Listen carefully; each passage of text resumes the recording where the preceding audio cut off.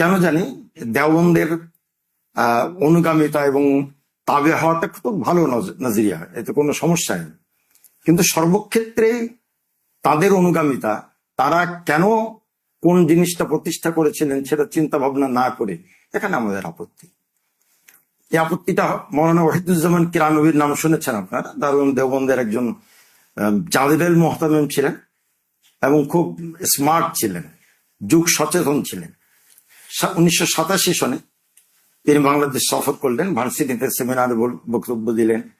মালিবাগ মাদ্রাসা একটা জলসা হয়েছিল, ওখানে তিনি কথায় কথায় যখন জানলেন যে আমরা উর্দু ভাষায় তর্জমা করে পড়াই, তখন উনি এত খেপলেন যে আমাদেরকে মৌলবীদের কাতার থেকে বের করে দিলেন। বললেন যে না, এখানে ইসলাম হবে না, এখানে ইলম শেখা হবে না, তোমরা তোমাদের মাতৃভাষায় কোরআনটা আত্মস্থ করো, মাতৃভাষায় কিতাব বোঝো, তুমি উর্দুতে কেন বুঝতে চাচ্ছ? একটা আমাদের শিক্ষা ব্যবস্থার একটা বড় সমস্যা। তো বাস্তবতা হচ্ছে যে বিভিন্ন কারণে আমরা আগের কিতাবগুলোই রেখে দিতে বাধ্য হচ্ছি, বরকতের জন্য হোক, যে কোনো কারণেই হোক। কিন্তু এ নিয়ে চিন্তা করার দরকার ছিল যে একটা ছোট্ট শিশু, তার প্রথম বছরে আমরা 4টা ভাষা 5টা ভাষা তার উপরে চাপিয়ে দিচ্ছি। এটা উচিত নয়। আমাদের চিন্তাধারা আমরা এখনো বাস্তবায়ন করতে পারিনি, কিন্তু জামিয়াতুল উলুম ইসলামিয়ায় আমরা যারা আছি, আমরা চিন্তা করেছি যে না, এই শিশুদেরকে এত চাপ দেওয়া যাবে না। যদি উর্দু ভাষা শিখতেই হয়, শিখতে হবে। আমাদের আকাবিরদের কিছু রেসালা আছে, এবং ফার্সি সেই মোগল আমলের যুগের ভাষা। তো কেউ কেউ বলেন যে ফার্সিতে তাসাউফ আছে। আমি সম্পূর্ণ দ্বিমত না করলেও পুরোপুরি একমত হতে পারি না। কোরআন হাদিসে তাসাউফ নাই, তাসাউফ আমার ফার্সি মৌলানা জালালউদ্দিন রুমি পড়ে আমার শিখতে হবে, কালিদে মসনবী পড়ে শিখতে হবে, এতে আমি বিশ্বাসী না। যাই হোক, অন্যরা যাই কিছু বলুক না কেন, হ্যাঁ, আমাদের আকাবিরদের যে রিসালা আছে, কিছু আছে ফার্সিতে, কিছু আছে উর্দুতে, এগুলো বোঝার জন্য অবশ্যই উর্দু দরকার, ফার্সি শেখা দরকার। কিন্তু তার মানে এই না যে ওই নামকা আসতে তাইসিরুল মুক্তাদি ফার্সি পাইলি গুলিস্তা বুস্তা পড়লাম আর হয়ে গেল। বাস্তব কথা হচ্ছে যে গুলিস্তা বুস্তা খুব ভালো করে পড়েছিলাম আমি, কিন্তু এখন একটা ফার্সি, একটু কঠিন ফার্সি শের আমি বুঝি না। এর জন্য আমাকে যেতে হয় মালিবাগের মৌলানা আহমেদ মাইমুন সাহেবের কাছে। ওই যে মুফতি আব্দুল্লাহ মাসুম সাহেব আছেন। আমি আলিমিয়া নাদভীর বেশ কিছু কয়েক খণ্ড বই অনুবাদ করেছি, ভাষণ সংকলন। তো প্রথম খণ্ডের প্রায় সবকটা শেরই উনি অনুবাদ করে দিয়েছেন। এর পরের গুলো অবশ্য আমি করতে পেরেছি। তা আমি উর্দু ফার্সি খুব ভালো করেই তো পড়েছিলাম, কিন্তু বুঝি না কেন। ইকবালের শের বুঝি না কেন, তারপরে জালালউদ্দিন রুমির শের বুঝি না কেন, ফার্সি কঠিন ভাষা বুঝি না কেন। এই বুঝি না কেন, এদিকে আমাদের দৃষ্টি দিতে হবে, এর রহস্য উদ্ঘাটন করতে হবে। সবচেয়ে দুঃখের বিষয় যে আরবি নিয়ে চর্চা, মূল চর্চা আমাদের আরবি নিয়ে, মূল চর্চা আরবি নিয়ে। আলহামদুলিল্লাহ কিছু কিছু সরাহ বুঝি, করতে পারি। ফতুল মুলহিমটা মালিবাগে মৌলানা নূর হোসেন কাসিমি সাহেব ধরে ধরে পড়াতেন যে বাজি এই জায়গা থেকে এই জায়গায় মোতালা করে নিও। মারিফুস সুনান খুলে দিতেন যে বাজি এই জায়গা থেকে এই জায়গা পড়ে নিও। এটা অনেকের কাছে আশ্চর্য লাগবে। কোন কোন মাদ্রাসায় তো মোদারিস সাহেবরা কি পড়াচ্ছেন, কোন সরা দেখে মোতালা করছেন, ওটা উচ্চারণই করেন না। ছাত্র যদি কামরায় ঢুকে পড়ে তো সরাটা লুকায় ফেলেন, মনে করেন যে যদি আবার জেনে যায় কোন সরা দেখে পড়ি তাহলে তো আমি আলিম হিসাবে ওদের কাছে গণ্য হব না। আমরা অবশ্যই এটা শিখিনি, আমরা মৌলানা নূর হোসেন কাসিমি সাহেবের কাছ থেকে শিখেছি যে কোন জায়গা থেকে উনি তাকরির করলেন এই জায়গাটা মোতালা পড়ে নিতে বলতে। আমিও এখনো মেশকাত আউয়াল 32 বছর ধরে পড়াচ্ছি, ওইভাবেই সরা নিয়ে যাই, ছাত্রদের বলে যে এই জায়গা থেকে এই জায়গা মোতালা করে নেন। এটা ফতুল মুলহিমে ভালো আছে, এটা তাকমিলায় ফতুল মুলহিমে ভালো আছে, এটা ফয়জুল বাড়িতে ভালো আছে, এটা কাশফুল বাড়িতে ভালো আছে। এই বিষয়টা এক এক সময় এক একটা কথা বলে দেই, ওরা মোতালা করে। এমনকি বাবুল ইতিসাম বিল কিতাবে ওয়াস সুন্নাহ, ওই ইবনে মাজার একটা সরা আছে, উর্দু সরা, সিলেটি একজনের লেখা বোধহয় আমানিল হাজা নামে, বলি যে বেদাত সম্পর্কে আলোচনা ওখানে ভালো আছে, ফতুল মুলহিমও আছে, কিন্তু ওখানে আরো ভালো আছে, ওটা দেখে নিও। তো যেটা বলছিলাম আমি, সব কথাই আমার রেকর্ড করা যাবে না, এখান থেকে খোলাসা বের করবেন আপনারা, যে এই যে আরবি পড়লাম, সরাও মোতালা করলাম, কিন্তু শায়েখ আওয়ামের কিতাব তো আমি বুঝি না। বাস্তবতা এটা স্বীকার করতে দ্বিধা নেই। এটা যদি ছেড়ে দেন তাহলে কিন্তু বেইজ্জত হবো। তো শেখ আমার কিতাব তো বুঝি না আমি, বাস্তবতা এটা। আচ্ছা, আরবি বলা এটা তো বহুত দূর কি বাত, কুফুরি করে ফেলাই অনেক সময়, নাম নাম কে খালি নাম নাম। এখন আলাস্তু বিরাব্বিকুম, ওখানে যদি কলু বালা না কয়ে নাম কইতাম তাহলে বলে কাফের হয়ে যেতাম আমরা।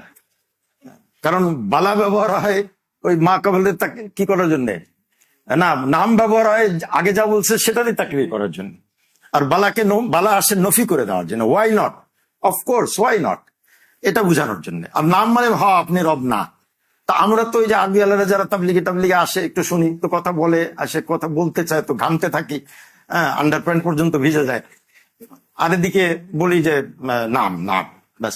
এর চেয়ে বেশি পারি না, সোজা কথা। আমাদের ছাত্ররাও পারে না, আমাদের ওস্তাদরাও পারতেন না, এটা হলো বাস্তবতা। এটা কেন এই 14টা বছর পড়ার পরেও আমরা আরবিতে কেন কথা বলতে পারি না?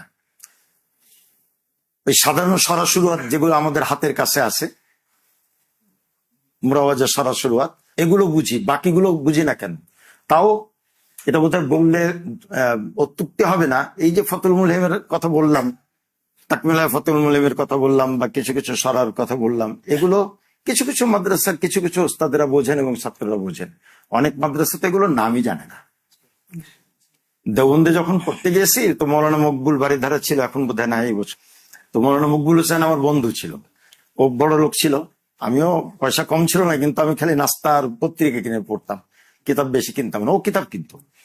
তো দেওবন্দে যে একদিন জিজ্ঞেস করতেছে অনেকের সামনে যে মকবুল তোমার কাছে ফতুল মুলহিম আছে? আশ্চর্যের বিষয় হলো তখন দারুল উলুম দেওবন্দে ফতুল তাকমিলা ছিল না, তাকমিলাটা তখনও যায়নি। আমরা কিন্তু মালিবাগে মোতালা করে গেছি, কিন্তু মাকতাবায় দারুল উলুম দেওবন্দের মাকতাবায় তখনও আসেনি। মৌলানা নিয়ামতুল্লাহ সাহেব মকবুলের কাছ থেকে নিয়ে মোতালা করতেন। তো মৌলানা মকবুলকে জিজ্ঞেস করলাম যে ফতুল মুলহিম আছে তোমার কাছে? তো খুব বড় একটা মাদ্রাসার ছাত্র এই বাংলাদেশের, নাম বলবো না, সে পাশ থেকে জিজ্ঞেস করলো ফতুল মুলহিম কি ভাই? আমি বললাম যে একটা ক্রিম মুখে দিলে, চোখে মুখে দিলে উজ্জ্বল্য বাড়ে। এটা বললাম খুব মানে কি, তাই সে এসে হতাশা থেকে। কেন? কারণ যিনি যে ছাত্রটা এটা জিজ্ঞেস করেছেন তিনি এবং তার ওই প্রতিষ্ঠান মনে করে যে ঢাকায় কোনো এলম নাই, ঠিক আছে, যত এলম খালি ওখানেই আছে। আমরা খালি ওই মহিউদ্দিন ফারুক সাহেব যেরকম শুদ্ধ বাংলা বললেন ওইরকম শুদ্ধ বাংলা বলতে পারি, আরবির ঘোড়ার ডিমও জানি না, হাদিস কোরআন কিছু বুঝি না, ওদের ধারণা আর কি। এই জন্য এই দুঃখে খেদে বললাম যে ওটা একটা ক্রিম, ওটা গায়ে লাগা, এই হলো অবস্থা।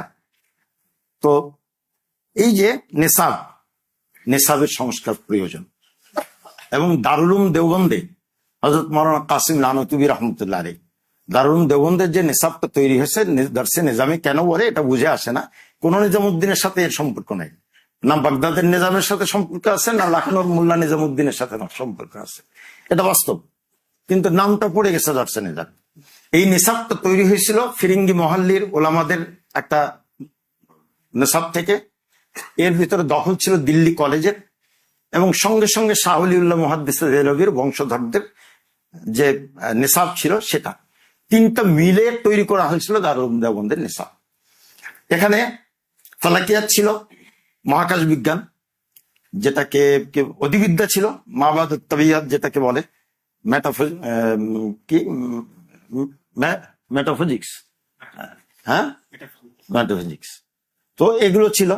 তারপরে বীজগণিত ছিল, আলজাবরা ছিল, জ্যামিতি ছিল, এসব ছিল। কেবলানুমা খুব কঠিন কিতাব, ওটা মৌলানা আবুল বাশার সাহেব হুজুরের কাছ থেকে নিলাম, আমাদের শাইখুল হাদিস সাহেব, 20 পৃষ্ঠা বুঝলাম। এরপরে উনি যে শুরু করছেন জ্যামিতি মেমিতি হান্দাসা মান্দাসা কি, কিচ্ছু বুঝি না, এক শব্দ বুঝি নেই, বাস ওটা রেখে দিচ্ছি। 20 পৃষ্ঠা, প্রথম 20 পৃষ্ঠা বুঝেছি, কারণ ওই 20 পৃষ্ঠা আমাদের উলুমের সাথে সম্পৃক্ত।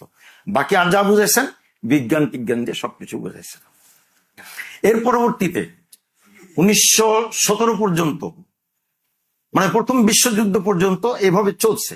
এবং মৌলানা কাসিম লানতুবি এবং তৎকালীন ওলামায়ে কেরামের এটা চিন্তাধারা ছিল যে এখানে আমরা মানে দানিশমন্দি যেটাকে বলা হয়, জ্ঞান বিজ্ঞানের চর্চা, আধুনিক জ্ঞান বিজ্ঞানের চর্চা আমরা করব।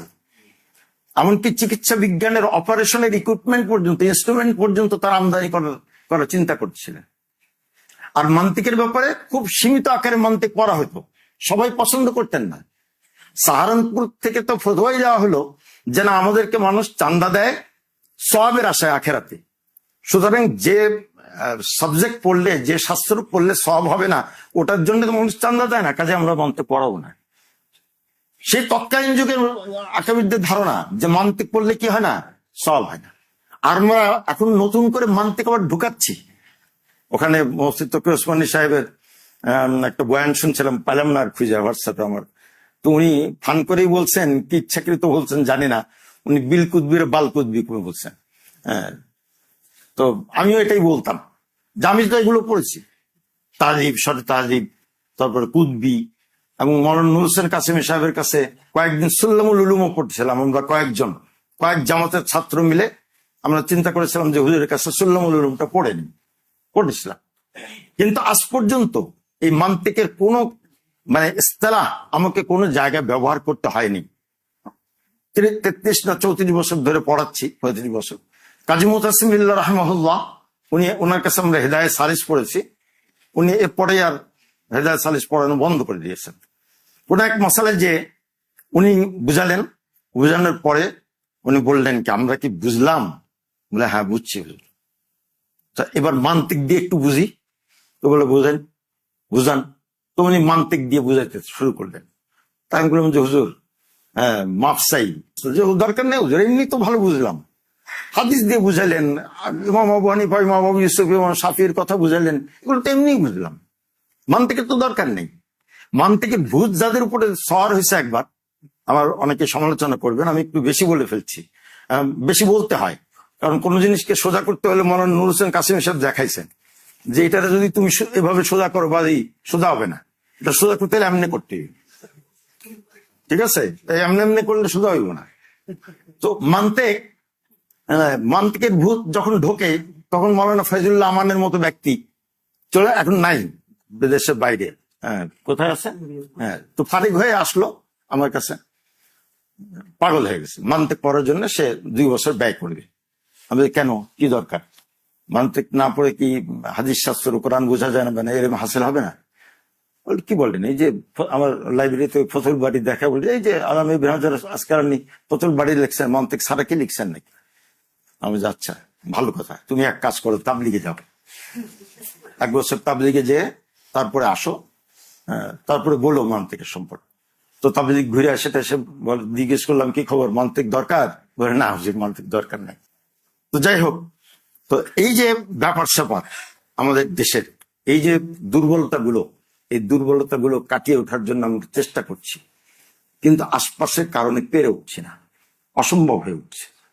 এই যে শুনলাম যে কাফিয়া নাকি বাধ্যতামূলক করবে, কাফিয়ার মধ্যে মাঝখানে সরেজামি খুলেছে, অথচ সরেজামি না পড়লেও চলে, মালিবাগের ছাত্ররা সরেজামি পড়ে না, কিন্তু ওরা আলেম হয়, ভালো আলেমই হয় আশা করি। কিন্তু যে জায়গাটা দরকার ছিল গ্যাপ, হেদায়া পরিপূর্ণভাবে পড়া, আউয়াসানি জালালাইনটা ভালো করে পড়া, খুব ভালো করে পড়ে জালালাইন, এই দুটোকে একসাথে করে দেওয়া হলো। কারা করলো প্রথম জানি না, বাধ্য হয়ে আমরাও করেছি, কিন্তু অথচ হেদায়া আউয়ালাইন আলাদা করে পড়া উচিত ছিল, 1 বছরের পেছনে মেহনত করা দরকার ছিল, আর হেদায়া আখেরানের পেছনে আরেকটা বছর মেহনত করা দরকার ছিল মুস্তাকিল ভাবে। অথচ জালালাইন আর হেদায়া একসঙ্গে করে ফেলা হয়েছে। এবং শুধু তাই নয়, বলছে যে হেদায়ার পরে যদি 1 বছরের বেশি গ্যাপ হয়, তাহলে সরবেকার পরে যদি 1 বছরের বেশি গ্যাপ হয়, তাহলে সে মেশকাত পরীক্ষা দিতে পারবে না। ওয়াই, তার মানে আপনি বাধ্য করছেন আমাদেরকে হেদায়া জালালাইন একসাথে পড়তে। আপনারা কথা বুঝতে পারছেন যে সরবেকার পরে আমি যদি চাই যে একটা ছাত্রকে হেদায়া পড়াবো ভালো করে, জালালাইন পড়াবো ভালো করে, এটা পারছি না, কারণ 2 বছর হয়ে যাবে, এরপরে সে মেশকাত দিতে পারবে না।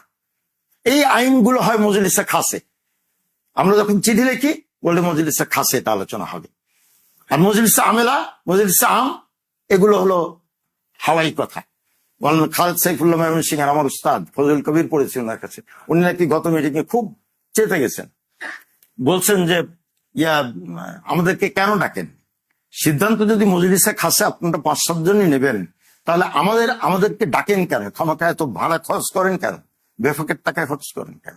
ওই যে বললেন ফারুকী সাহেব যে একই ব্যক্তি সব জায়গায়, যিনি খানকা ম্যানেজ করতেছেন তিনি আবার হেফাজতেরও নেতা, তিনি জমিয়তেরও নেতা, তিনি খেলাফত মজলিসেরও নেতা, তিনি মজলিসে আমেলারও সদস্য, মজলিসে খাসেরও সদস্য, মজলিসে সুরারও সদস্য। কেন? আর কোন লোকের কহাত পড়ে গেছে, দুর্ভিক্ষ পড়ে গেছে, উপযুক্ত লোক নাই? একই ব্যক্তি একাধিক কমিটিতে কেন থাকবে? কি হয়ে গেছেন তিনি? এটা আমাদের বুঝে আসে না। আমি বোধহয় আপনাদেরকে হতাশগ্রস্ত করে ফেলছি বা কিংবা উত্তেজিত করে ফেলছি। খুব বোঝার মতো জিনিস, আমাদের এই তরুণ প্রজন্মের মধ্য থেকে অনেক ব্যক্তি আছেন, অনেক ভালো ভালো, যাদের বক্তব্য আমি শুনি, ফেসবুকে লেখাও দেখি। অবশ্য বাংলা দুর্বলতা আছে, উনি যেমন বললেন আরবি বানানে দুর্বলতা। একজন বড় মুদাররিস, মালিবাগের একজন মুদাররিস ছিলেন, তিনি একজন ত লিখতেছেন, ত এর পরে আলিফ যে দিবেন, ত এর পরে একটু খুঁতনি দিয়ে আলিফ লিখতেছেন। আমি বলি এটা করলেন কেন ভাই? কি এসে বলি যে ত এর পরে আর একটা খুঁতনি দিয়ে তারপরে আলিফ লিখলেন কেন? ত এর পরে সোজা আসবে, তারপরে তো আলিফ। ওই খুঁতনি দেওয়ার মানে তো ওটা একটা অক্ষর, হয় নুন হবে না ইয়া হবে না তা হবে না সা হবে। উনার সেদিন হুঁশ হয়েছে, ওটা তাসি কমিটিতে ওনাকে ধরছিলাম আর কি, যে এটা কেন করলেন। উনি প্রত্যেকটা জায়গাতে এই কাজটা করেছেন। এই যে ভুল, শুধু বানানের ভুল না, ওই যে রসমে খাত, এটাও জানি না আমরা অনেক ক্ষেত্রে, অনেক সময় অনেক ভুল করে ফেলো। তো বাংলা ভাষাও ভুল হয়, ভুল লিখতে দীর্ঘকর দিয়ে লিখছে।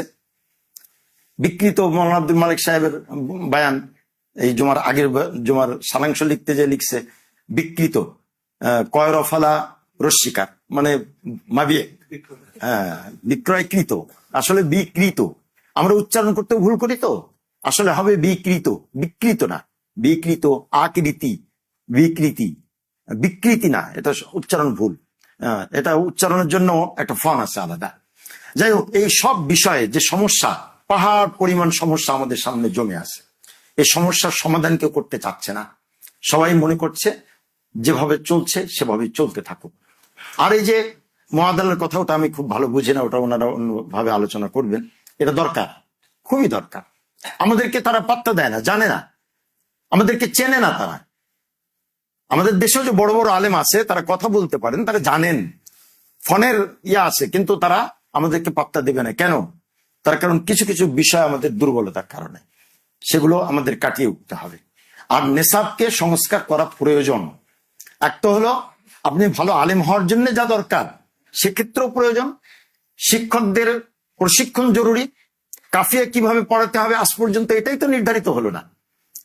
আমার কাছে যখন প্রথম কাফিয়া আসলো, মৌলানা হাবিবুল্লাহ, মৌলানা মহিবুর রহমান, তারপরে মৌলানা জুবায়ের আশরাফ, না জুবায়ের আশরাফ ভুল বলছি, মৌলানা আবু বকর, প্রফেসর হজরতের খলিফা, এরা সব কাফিয়া পড়বে। তো মোহতামির সাহেবের কাছে নালিশ দিল যে না, নতুন হুজুরের কাছে পড়বো না, মৌলানা সানাউল্লাহ হুজুরের কাছে পড়বো, আগে যিনি কাফিয়া পড়াতেন। তা আমার কাছে এটা কে যেন বললো, আসেন, বলে ঠিক আছে। তো ওরা গেছে মোহতামির সাহেবের কাছে, ফয়জুদ্দিন সাহেব, দাদা হুজুর কিশোরগঞ্জের। তো ফয়জুদ্দিন সাহেব বলছেন ঠিক আছে, মৌলানা আব্দুল গফফার সাহেবের কাছে দিলাম, যদি পছন্দ না হয় 1 সপ্তাহ পরে বন্ধ করে দেবো, ওই হুজুরের কাছে দিয়ে দেবো, তোমরা নিশ্চিত থাকো। এটা আমার কানে আসলো। তা আসলে আমি তো কাফিয়া সবচেয়ে ভালো করে পড়ছি, সারা জীবনে পড়ছি তো কাফিয়া আর মিশকাত শরীফ মৌলানা নুর হোসেন কাসিম সাহেবের, আর কোনো কিতাব তো পড়িই নেই, তো কাফিয়া পড়াতে পারবো না বলে কি। তো শুরু করলাম আল কালিমাতুল লফজুন উজিয়ালি মানান মুফরাদিন। এই আল কালিমাতুর উপরে 7 দিন তাকরীর চললো। এরপরে বললাম যে এরপরে পুরো আল কালিমাতুল লফজুন উজিয়ালি মানান মুফরাদিন, এর জন্য আরো 37 দিনের তাকরীর আমার কাছে সংরক্ষিত আছে। পড়া কি এভাবেই চলবে না কাফিয়া পড়বো? হুজুর আমরা কাফিয়া পড়বো, এই ইরান তুরান আমরা পড়তে রাজি না, ঠিক আছে। তাই আজ পর্যন্ত ঠিক হলো না যে আসলে কাফিয়া পড়ার তর্জটা কি হতে পারে, হেদায়েতুন নহর পড়ার তর্জটা কি হতে পারে। হেদায়েতুন নহতে ওই হেকামনিকাত বলতেছে, এক ছাত্র গেছেন লাকসামের হুজুরের কাছে, মৌলানা আব্দুল আজিজ সাহেবের কাছে, মৌলানা আব্দুল আখেরের আব্বা, আব্দুল আখের যে তাফসীর ফাউন্ডেশনের চেয়ারম্যান, ওনার কাছে গেছে, উনি বসা মৌলানা ইমদাদুল্লাহ গেছে হেদায়েতুন নূর নিয়ে, হুজুর এখানে এইটা হইলো কেন, ইচ্ছা হইলো কেন, আর না আরো বুঝাই দেন। তো হুজুর জিজ্ঞায় যে তুই হইসস নি, হেদায়েতুন নূর মুকদ্দমা হইসস নি, খুতবা হইসস নি? বলে হইসি। বুঝছত নি? বলে বুঝছি। বলে কিয়া কইছে? হর তো পরে মিন গায়রি তাআররুজিন লিল আদিল্লাতি ওয়াল ইলাল লিআল্লাহ ইউশাউশা জাহানাল মুক্তাদি। তো এটা বুঝছত নি? তো তো তখন তো চুপ হয়ে গেছে। বলে তো আদিল্লার ইলাল তো কইতেই চায় না মুসান্নিফ, যে জাহানে মুক্তাদি কি হবে, প্রোপাগান্ডা হয়ে যাবে, বিক্ষিপ্ত হয়ে যাবে, তুই কেন দলিল আদিল্লাহ তালাশ করিস? তো এই হেদায়েতুন নূর আমরা দলিল আদিল্লাহ দিয়ে পড়াইতেছি। আর কাফিয়াতে সরেজামিতে যা আছে তার চেয়ে বেশি তাকরীর করতেছে কাফিয়াতে। তো সরেজামি কেন পড়া? সরেজামিটা কেন পড়বো আমরা? এই যে বিশৃঙ্খলা সমস্ত জায়গায়, কোন কি একজন আসে বললেন যে তানজিমুল আস্তাদ মোতালা করেন। আমরা যখন মিশকাত পড়ি, হ্যাঁ, তানজিমুল আস্তাদ তো বলেন আবিসাত, আবিসাত মোতালা করেন। আবিসাতের মুসাল্লিফ যিনি, তানজিমুল আস্তাদের মুসান্নিফ নামটা কি? আবুল হাসান সাহেব। হ্যাঁ, উনি দুঃখ করে বলতেন যে আমি কিতাব লিখলাম আবিসাতের হলকরণের লেগা, তানজিমুল আস্তাদ আমার কিতাবের ওরা আবিসাত বানায় লাইলো। মানে কেউ তানজিমুল আস্তাদ কয় না, কয় আবিসাত। এটা প্রসিদ্ধ ছিল না আখড়িতে আবিসাত। তো উনি এসে বলতেছে, আমাদের ক্লাসে মেহমান ছিলেন রাত্রে, উনি বলতেছেন যে আবিসাতটা মোতালা করেন। বললি কেন, কি হয়েছে? বলে ওটা পড়ে খুব ভালো কিতাব, খুব ভালো সরা, ওটা পড়ে আমি আবু দাউদ পড়াই, ওটা মোতালা করে আবু দাউদ পড়াই। আমরা তখন মিশকাত পড়ি, তখন আমরা আন্দাজ করে ফেলছি উনি কত বড় মুহাদ্দিস, যিনি তানজিমুল আস্তাদ মোতালা করে আবু দাউদ পড়ান। এই চিত্রটা এখানকার না, প্রায় প্রায় সমস্ত মাদ্রাসাতে এই ধরনের চিত্র আপনারা দেখতে পান। এই জন্যে ফারুক সাহেব যেটা বলছিলেন যে শিক্ষক প্রশিক্ষণের ব্যাপারটা, এই যে এখানেও আছে শিক্ষক প্রশিক্ষণের ব্যাপারটা, বিএড পরীক্ষা না দিয়ে, আরো একটা কি আছে পিটিআই, এটা পরীক্ষা না দিয়ে কেউ প্রাথমিক স্কুলের শিক্ষক হতে পারে না, কেউ হাই স্কুলের শিক্ষক হতে পারে না। আমাদের দেশে এরকম কোনো ব্যবস্থা নেই। কোন কিতাব কিভাবে পড়াতে হবে, ছাত্রদের প্রতি আমার মন মানসিকতা কি ধরনের হওয়া উচিত, আমার শাসনটা কি পরিমাণ হওয়া উচিত, শুধুই ব্যাত লাগাবো না, আদরও করতে হবে, এই নানা বিষয়ে আমাদের দুর্বলতা আছে প্রচুর পরিমাণ। এই দুর্বলতাগুলো আশা করি আপনাদের মধ্য দিয়ে কেটে উঠবে পরবর্তীতে। এবং নেশাব সংস্কারের যে বিষয়টা, এটাও আপনাদের হাত দিয়ে হবে মনে আমরা আশা করি। এবং সঙ্গে সঙ্গে আরেকটা কথা, অনেক লম্বা হয়ে গেল, জ্ঞান বিজ্ঞানের যে আধুনিক জ্ঞান বিজ্ঞান, দাওয়াতের প্রয়োজনে ইংরেজি ভাষা শেখাটা ফরজ বলে আমার কাছে মনে হচ্ছে। মৌলানা তকি ওসমানী সাহেবকে মুফতি শফি সাহেব ইংরেজি ঠিকই শিখাই দিচ্ছেন। এটা আমার মাদ্রাসায় বললে, আমার এক মুজারিস বললেন হাসতে হাসতে, যে এই জন্য মৌলানা মুফতি শফি সাহেবকে দেওবন্দ থেকে খারেজ করে দিছে অনেক আগেই। উনি দেওবন্দি আর থাকেন নাই, এটা খুব দুঃখজনক। ওনাকে দেওবন্দি বলা হয় এই জন্যে যে ওনার ছেলেকে, উনি একটু অন্য মানসিকতা ছিলেন, উন্নত মানসিকতা, উদার মানসিকতা। উনি কাব্য চর্চা পছন্দ করতেন, কবিতা লিখতে পছন্দ করতেন। ওনার ছেলে মেয়েরা সবাই কবিতা লিখতে পারতো। ওনার বোন মুফতি তকি ওসমানী সাহেবের বোনও ভালো ভালো কবিতা লিখতে পারত উর্দুতে। আমরা একজনও বাংলায় কবিতা লিখতে পারি না। নজরুলের সমপরিমাণ, রবীন্দ্রনাথের সমপরিমাণ তো অনেক দূরের কথা। মানে কবিতা হিসাবে খায়, গ্রহণযোগ্য এরকম কোন কবিতাও আমরা লিখতে পারি না। তা আধুনিক জ্ঞান বিজ্ঞান আমাদের অর্জন করা উচিত দাওয়াতের প্রয়োজনে, এবং শুধু দাওয়াতের প্রয়োজনে না। আমার খেয়াল, যেটা এখন জামিয়াতুল উলুম ইসলামিয়া প্রতিষ্ঠিত করতে পারেনি, আমার খেয়াল যে আজকে যদি কিছু ছেলে প্রশাসনে থাকতো, কওমি মাদ্রাসার ফারিক, তাহলে আজকে বাংলাদেশের অবস্থাটা এরকম হতো না। সেদিন একজন বললো যে ওরা যদি গুমরাহ হয়ে যায়, আমি বললাম যে গুমরাহ হলে কতটুকু গুমরাহ হবে? প্যান্ট শার্ট পরবে, তো প্যান্ট শার্ট পরলে কি জাহান্নামে চলে যাবে? নামাজ পড়ে না, তো যারা আসে নাই তারা নামাজ পড়ে না, তো তাদের ব্যাপারে তোমাদের ফিকির কি? তো আমরা 20 জন পড়েছি, ফারেক হয়েছি 20 জন। এই 20 জনের ভিতরে 5-6 জন আমরা জানামতি খেদমতে লেগে আছি মোটামুটি, আর কারো খবর নাই। এখন তো 7 জন ফারেক হচ্ছে আমার মাদ্রাসা থেকে। এই 40 জন যদি না আসতো, ওরা যদি সবাই স্কুলে যেত, কি করতাম? এই 40 জন রে আমরা ইন্টারমিডিয়েট পরীক্ষা দেওয়ায় ভার্সিটিতে পাঠাই না। ওরা গুমরা হলে কতটুকু গুমরা হবে? আমি কথা বুঝাতে বললাম, সম্পূর্ণ গুমরা হবে না, এক সময় না এক সময় এই মূলের দিকে ফিরে আসবে। আমাদের সমর্থন অবশ্যই করবে। এই একটা কথা গল্প বলে শেষ করছি। আমার বড় ভাই ছিলেন কমিউনিস্ট, পাক্কা কমিউনিস্ট, কিন্তু বাপও ছিলেন জেনারেল শিক্ষিত, এক বিহারের কাছ থেকে উর্দু শিখছেন আর কোরআন শরীফ শিখছেন কোথায় কি জানি না, ওনার কাছে আমি সেইভাবে কোরআন শরীফ শিখতে পেরেছি, জেনারেল শিক্ষা শিক্ষিত। বাপ ছিলেন, ভাই ছিলেন কমিউনিস্ট, কিন্তু ওনার ওই যে ছোটকালে বাবার কাছে কোরআন শরীফ পড়ছে, বেশতি জোরও পড়ছেন উর্দুতে, আগে ছিল এসএসসিতে স্কুলে পাকিস্তান আমলে বেশতি জোর পড়তে হইতো, উর্দু পড়তে হইতো। আমার বড় ভাই বেশতি জোর পড়ছেন, ইসলামিক কিছু ধারণা আছে, 40 হাদিস পড়া এগুলো ছিল। একদিন ফার্স্ট ক্লাসে উঠছি গাড়িতে, আমি তখন হেদায়েতুন কাফিয়া পড়ি, ট্রেনে উঠেছি রাজবাড়ি থেকে বাড়িতে যাব কালুখালী, তো উনিও উঠছেন সাথে, আমাকে আগায় দিয়ে আসবেন। তো ফার্স্ট ক্লাসে খুব কম প্যাসেঞ্জার থাকতো সাধারণত, আমি সবসময় ফার্স্ট ক্লাসে চড়তাম। তো ওই ভদ্রলোক একজন সামনে, সে জিজ্ঞেস করতেছে কি পরি হ্যান ত্যান। তো এই লুঙ্গি, আপনাদের মতো পায়জামার চল ছিল না তখন, লুঙ্গি পরা থাকতো, লুঙ্গি ছিল পন্স, আর কাঁধে ঝোলানো একটা ব্যাগ, কবি কবি ভাব, চটের ব্যাগ একটা ছিল আর কি। দেখে ওর কাছে কেমন কেমন লাগতেছে, কি পড়ি হ্যান ত্যান জিজ্ঞেস করল। তো জিজ্ঞেস করতে করতে হঠাৎ বলতেছে যে তাহলে খালি ধর্ম নিয়েই থাকবেন, তো ডাক্তার ইঞ্জিনিয়ার কে হবে? আমি তো পড়ি না হমিন না কাফিয়া মনে নাই আমার ঠিক, আমি কি জবাব দেবো আমি বুঝে উঠতে পারতেছি না। আমার বড় ভাই কমিউনিস্ট, কিন্তু সহি জবাব দিয়েছেন এবং সুন্দর জবাব দিয়েছেন। বলে তো দায়টা ওদের উপরে চাপাচ্ছেন কেন? দায়টা আপনারা নিয়ে নেন, আপনারা ভার্সিটিতে কলেজে ইসলাম ঢোকান, তাহলেই তো হয়ে যায়। তাইলে তো ধর্মজ্ঞানী সে ডাক্তারও হবে ইঞ্জিনিয়ারও হবে, ওদের উপরে দায়টা চাপাচ্ছেন কেন? সুন্দর জবাব না? সুন্দর জবাব। এই ভাই উনি আমার দাওরা হাদিস দেওবন্দে যাওয়ার পয়সার যোগান দিয়েছেন। সব পয়সা বাপের কাছ থেকে নিতে পারি নাই, কারণ বাপের কাছে আবার হিসাব দিতে হতো যে কি বাবদ খরচ করলাম, কড়া মানুষ ছিলেন, তো বড় ভাইয়ের কাছ থেকে নিছি। এবং উনি শেষ জীবনে নামাজও পড়তেন এবং ইসলামের বিরুদ্ধে কখনো বলতেন না। আমার বাসায় একদিন ওই সিগারেট খাচ্ছেন আর পেপার পড়তেছেন, তাই হয়তো ওই কিছুক্ষণ আগে অর্থনীতি নিয়ে আলোচনা হলো, রাজনীতি নিয়ে, তো আমি চুপ করে গেছি।